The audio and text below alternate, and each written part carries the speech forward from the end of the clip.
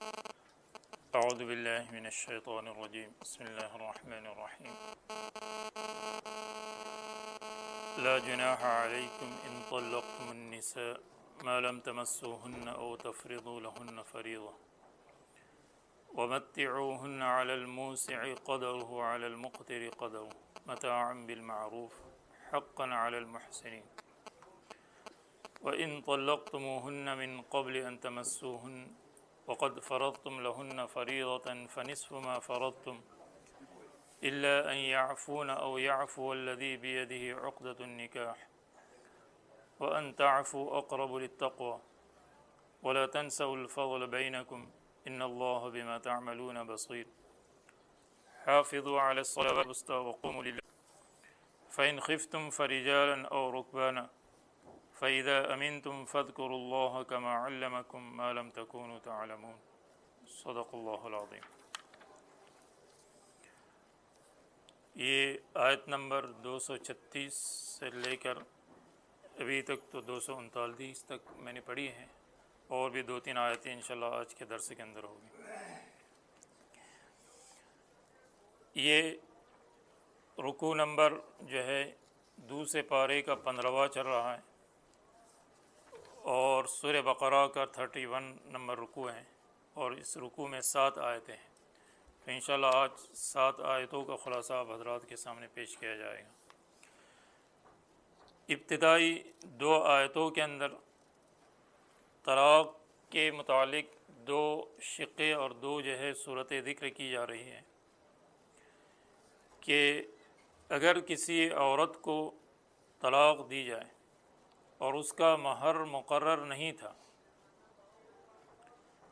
تو اس صورت کے اندر اس مطلقہ کو کیا حصہ دیا جائے گا، اور دوسری صورت یہ ہے کہ طلاق دی اس سے ملاقات سے پہلے اور اس کا مہر مقرر تھا، تو اس صورت کے اندر اس کو نصف جو ہے وہ مہر دیا جائے گا، اور اگر عورت پورا مہر معاف کر دے یعنی جو آدھا ہے، یا ہے کہ شوہر پورا کے پورا جو ہے عورت کو دے دیں تو یہ اس کے جو ہے اختیار کی بات ہے، اور یہ جو ہے مہر کو معاف کرنے کی جو بات ہے یہ زیادہ بہتر ہے تقوی کے۔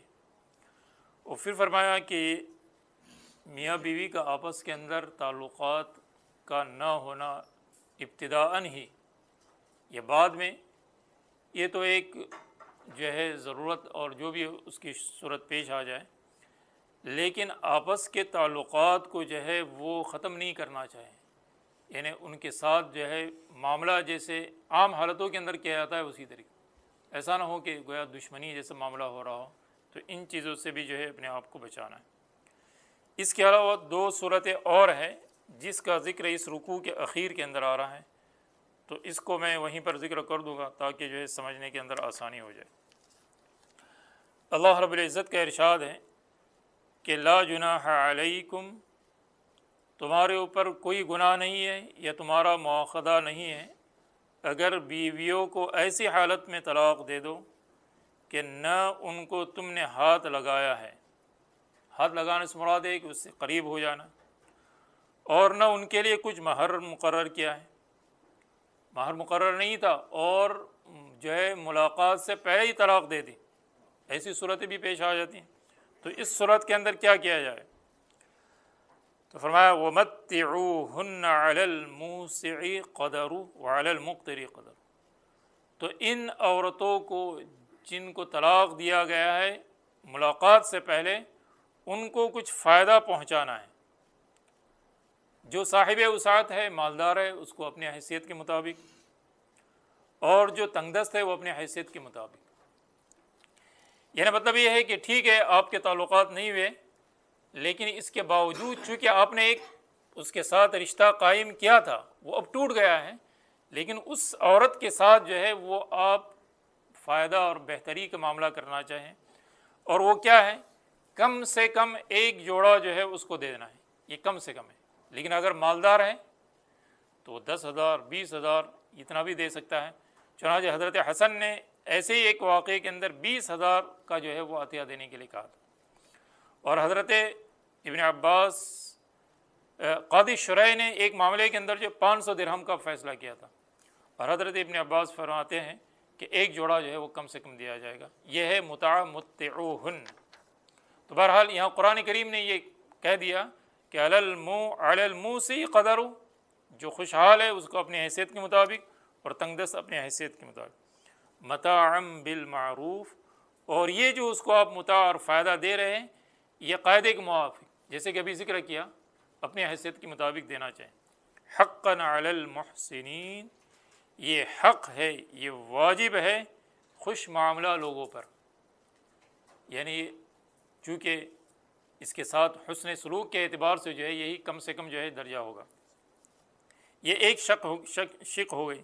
دوسری شق، وَإِن طَلَّقْتُمُوهُنَّ مِن قَبْلِ أَن تَمَسُّوهُنَّ، اور اگر تم نے ان عورتوں کو طلاق دی ان سے ملاقات سے پہلے، ہاتھ لگانے سے پہلے، وَقَدْ فَرَضْتُمْ لَهُنَّ فَرِيضَةً، اور تم نے ان کے لیے مہر مقرر کیا تھا، فَنِصْفُ مَا فَرَضْتُمْ، تو اب تمہیں آدھا مہر دینا ہے۔ اب پورا مہر اس لیے نہیں کہ تمہاری جو ہے اس کے ساتھ ملاقات نہیں ہوئی، إِلَّا أَن يَعْفُونَ، مگر یہ کہ عورتیں معاف کر دیں۔ عورت کہے کہ چونکہ ہمارا کوئی تعلق ہی نہیں ہوا لہذا چلو کوئی ضرورت نہیں، تو وہ اپنی جگہ پر ہے۔ أَوْ يَعْفُوَ الَّذِي بِيَدِهِ عُقْدَةُ النِّكَاحِ، یا وہ معاف کر دے جس کے ہاتھ کے اندر نکاح کا عقد اور گرہ ہے۔ اس سے مراد بعض مفسرین نے کہا کہ شوہر ہے، شوہر پورا مہر معاف کر دے۔ اس کا کیا مطلب ہے؟ چونکہ عربوں کے یہاں دستور تھا کہ جب نکاح ہوتا تھا تو مہر اسی وقت دی جاتی تھی، اب طلاق آپ نے اس سے ملاقات سے پہلے جو ہے اس نے دے دی، تو اب آدھی مہر تو ویسے ہی اس کو دینا ہے، تو اب رہی آدھی تو شوہر ہے، مرد ہے، چلو کہ کوئی بات نہیں، عرب کے یہاں جو رواج تھا کہ وہ اس نے پورے کے پورے مہر اس کو دے دی، تب بھی کوئی حرج کی بات نہیں۔ تو آدھی تو کمپلسری ہے، اور آدھی مزید اس نے اگر دے دی تو یہ اچھی بات ہو جائے گی۔ وَأَن تَعْفُوا، اور یہ کہ تم درگزر کرو، معاف کرو، یہ زیادہ قریب ہے تقوی کے۔ یا تو عورت معاف کر دے یا شوہر جو ہے کر دے۔ لیکن آگے دیکھو قرآن کریم کا جو حسن ہے اور اسلوب ہے، وَلَا تَنْسَوْا الْفَضْلَ بَيْنَكُمْ، کہ تم آپس کے اندر جو بھلائی ہے، احسان ہے، اس کو نہ بھلانا۔ تو یہ معاملہ تو ہو گیا اپنی جگہ پر، لیکن مان لو کبھی ایسا ہو سکتا ہے کہ میاں بیوی جو آپس کے اندر چچازاد یا کس قسم کے رشتہ بھی ہو سکتا ہے، یا ہے کہ آپ کے خاندان سے ہو، تو ہم اس کو جو ہے ان تعلقات کو ختم نہ کریں، فنش نہ کریں، بلکہ اپنا معاملہ جو ہے جیسے پہلے تھا نکاح سے پہلے، بعد میں بھی اس کو جو ہے وہ جاری رکھنا ہے۔ ان اللہ بما تعملون بصیر، بے شک اللہ تعالیٰ جو کچھ تم کرتے ہو، کس نیت سے کر رہے ہو، اللہ تعالیٰ اس کو دیکھ رہا ہے اور اس سے باخبر ہے۔ تو یہ جو ہے وہ طلاق کی دو قسمیں تھی جس کو یہاں پر ذکر کیا۔ اب یہ حقوق العباد سے اس کا تعلق تھا۔ اصل مقصد کیا ہے کہ اللہ تعالیٰ کے ساتھ ہمارا جو ہے وہ تعلق برقرار رہے، تو آگے نمازوں کا ذکر کیا جا رہا ہے۔ مقصد یہ ہے کہ جتنے احکامات ہیں وہ اللہ کے ہیں اور اللہ ہی کے لیے ہمیں کرنا ہے، تو آدمی کے اندر جو ہے اس کے اندر کوتاہی آ سکتی ہے، تو کہا نمازوں کا اگر پابند ہوگا اور نماز کی وجہ سے اس کا تعلق اللہ تعالیٰ سے ہوگا، تو اب یہ حقوق العباد کے اندر کوتاہی نہیں کرے گا۔ تو حقوق العباد یہ اہم ہے اور حقوق اللہ یہ اصل مقصود ہے۔ تو آگے نمازوں کی پابندی کا ذکر کیا جا رہا ہے۔ حافظوا علی الصلوات، محافظت اور پابندی کرو سب نمازوں کی، یہ نہیں کہ ایک پڑھ لی، دو پڑھ لی اور باقی چھٹی کر دی، ایسا نہیں۔ حافظوا علی الصلوات، تمام نمازوں کی پابندی کرو، اور خاص طور سے صلاۃ وسطیٰ، درمیانی نماز کی پابندی کرو۔ اب درمیانی نماز سے کیا مراد ہے؟ اس میں کئی اقوال ہے، لیکن جو مشہور قول ہے وہ یہ ہے کہ اس سے مراد عصر کی نماز ہے، صلاۃ وسطیٰ سے۔ بعضوں نے فجر بھی کہا ہے، بعضوں نے ظہر بھی کہا ہے، بعضوں نے جو ہے دوسری نمازیں بھی، کہ وہ اپنے اپنے جگہ پر دلائل ہیں، لیکن اس کے اندر زیادہ جو راجح قول ہے وہ عصر کی نماز ہے۔ تو عصر کی نماز یہ صلاۃ وسطیٰ کہلاتی ہے، اور حدیث پاک میں فرمایا من فاتتہ صلاۃ العصر کانما وطر اہلہ ومالہ، جس کی عصر کی نماز فوت ہو گئی وہ ایسا ہے کہ اس کے گھر اور تمام چیزیں جو ہے وہ ضائع ہو، اتنا نقصان ہے۔ اور صرف نماز چھوٹ گئی نہیں، بعض حضرات نے تو یہ بتایا کہ اس سے مراد جماعت کا چھوٹ جانا، ایک تو ہے کہ نماز کو چھوٹ جانا یہ اپنی جگہ پر ہے، تو اتنا زیادہ نقصان ہے۔ اور جب تک مسلمان اس نقصان کو اس نقصان تک نہیں سمجھے گا، اس وقت تک جو ہے دوسرے احکامات کی پابندی اور اللہ تعالیٰ کی مدد جو ہے اس کے ساتھ آنا جو ہے دشوار۔ چنانچہ مولانا طارق جمیل صاحب نے ایک جگہ پر جو ہے وہ ذکر کیا ہے کہ ایک یہودی عالم نے، ایک یہودی آدمی نے ان سے خود کہا کہ ہمیں جو ہے مسلمانوں کے جو ہے اس سے کوئی زیادہ خوف نہیں ہے، جب تک کہ مسلمان فجر کی نماز میں اتنے نہ ہوں جتنے جمعہ کی نماز میں ہوتے ہیں، جب تک ہمیں کوئی ڈر نہیں، چاہے کتنی ٹکر مارتے رہے، اللہ کی مدد جو ہے وہ نہیں آئے، اور ہم چاہتے ہیں کہ اللہ کی مدد آ جائے، تو یہ کیسے؟ تو اللہ کی مدد لینے کے لیے اس بات کی ضرورت ہے۔ اب تو رمضان کا مہینہ چل رہا ہے، شیطان بن ہے، نفس پر کنٹرول ہے، لیکن پھر بھی کیا ہے، جتنی پرسنٹیج ہونی چاہیے اتنی نہیں ہے۔ ہم سمجھ رہے ہیں کہ بس ایک مین ہال بھر گیا اور کچھ اوپر نیچے ہو گیا، نہیں، پھر بھی جو ہے وہ کمی ہے۔ تو اس لیے جو ہے ضرورت ہے اس بات کی کہ یہ جو ہے سب سے اہم فریضہ اس کی پابندی ہے۔ وقوموا للہ قانتین، اور کھڑے رہو اللہ کے سامنے ادب سے۔ قانتین کی ایک تفسیر ہے خشوع سے، اور قانتین کی ایک تفسیر ہے سکوت، خاموشی سے۔ چونکہ ابتدا کے اندر نماز کے اندر گفتگو جائز تھی، سلام کرنا، سلام کا جواب دینا، لیکن جب یہ آیت شریفہ نازل ہوئی تو اس کے بعد سلام، کلام، یہ سب چیزیں جو ہے منقطع ہو گئی۔ بہرحال خشوع ایک مستقل اپنی جگہ پر جو ہے نماز کے اہم جو ہے اس جو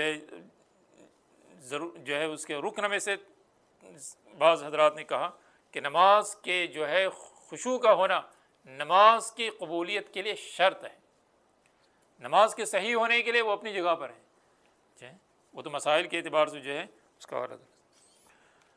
فَإِنْ خِفْتُمْ فَرِجَالًا وَرُكْبَانًا، پھر اگر تمہیں ڈر ہو دشمن کا اور کسی چیز کا تو پھر تم نماز پڑھو پیدل اور سواری پر۔ یعنی نماز ایک ایسی چیز ہے کہ دشمن کا مقابلہ ہو، دشمن بھی اگر تمہارے سامنے ہو تب بھی تمہیں نماز پڑھنا ہے۔ اب تو لوگ امن میں اور اطمینان کا اندر نماز نہیں پڑھے تو خوف کی بات تو دور کی رہے۔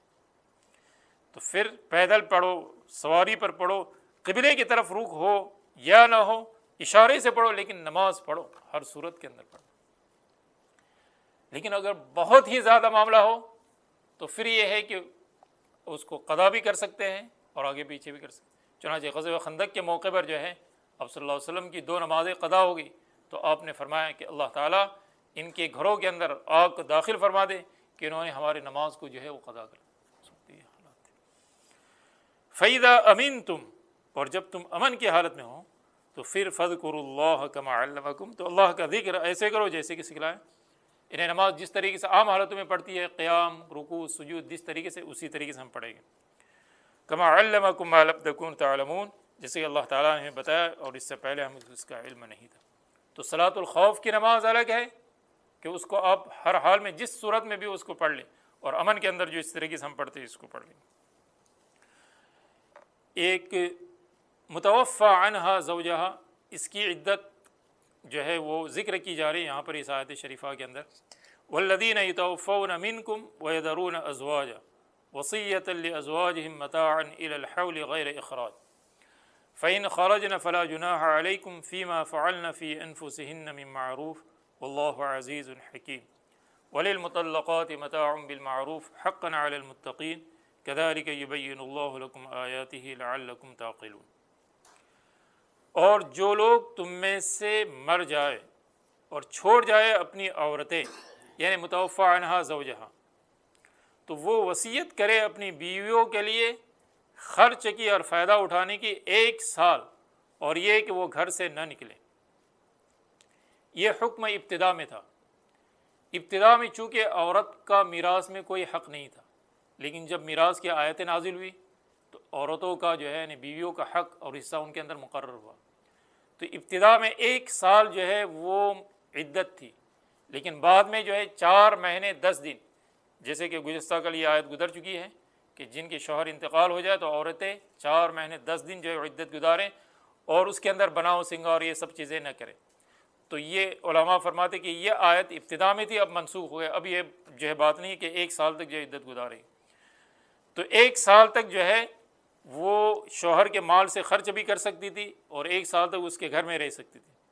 فَإِنْ خَرَجْنَا، لیکن اگر وہ عورتیں 1 سال پہلے ہی نکل جائے، 1 سال ہونے سے پہلے، فَلَا جُنَاحَ عَلَيْكُمْ، پھر تمہارے اوپر کوئی حرج نہیں، فِيمَا فَعَلْنَ فِي أَنفُسِهِنَّ بِمَعْرُوف، جو انہوں نے کیا اپنے جو ہے ذات کے متعلق بھلی بات سے، تو یہ ان کی ذمہ دار ہوا ہے۔ واللہ عزیز حکیم، اللہ تعالیٰ زبردست ہے اور حکمت والے ہے۔ وَلِلْمُطَلَّقَاتِ مَتَاعٌ بِالْمَعْرُوف، اور جو مطلقہ عورتیں جن کو طلاق دی گئی ہے ان کو خرچ دینا اور فائدہ دینا ہے قاعدے کے موافق۔ تو 2 کا ذکر تو ابھی آپ نے سنا، اب یہ اور 2 اور جو ہے مطلقہ عورتیں ہیں۔ یہ کون سی 2 عورتیں ہیں؟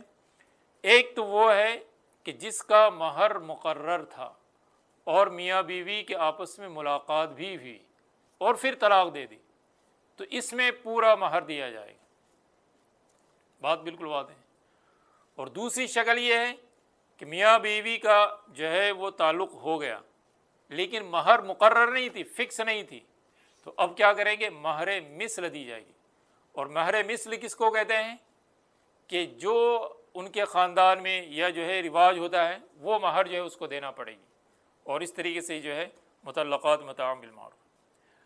اور دوسری عورتیں یعنی اپنے مہر بھی دیا، اس کے ساتھ ساتھ اگر آپ ایک جوڑا دینا چاہیں یہ متاع بالمعروف کے اندر، یہ بھی اس کے اندر داخل ہو جائے۔ تو یہ 4 قسمیں تھی، تو اس میں سے 2 کا ذکر یہاں پر آیا اور 2 کا جو ہے مستقل تفصیل سے پہلے گزر چکا ہے۔ تو طلاق دی ہوئے عورتوں کو خرچ دینا ہے قاعدے کے موافق، حقاً علی المتقین، یہ حق ہے متقی اور پرہیزگاروں کے ذمے۔ کذالک یبین اللہ لکم آیاتہ، اسی طرح اللہ تبارک و تعالیٰ احکام کو بیان کرتے ہیں تاکہ تم سمجھو۔ تو دیکھیے کتنے آسان اور جو ہے اوپن اور سہل جو ہے وہ احکامات بیان کیے گئے، تو طلاق سے متعلق ہو یا اور دوسرے متعلق ہو، یہ سب چیزیں۔ بہرحال یہاں تک جو ہے وہ طلاق سے متعلق جو احکامات تھے ختم ہو گئے۔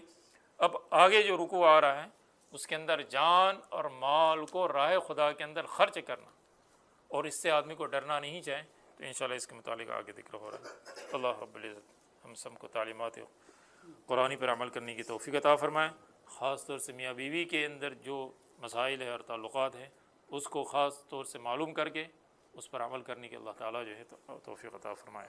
وآخر دعوانا الحمد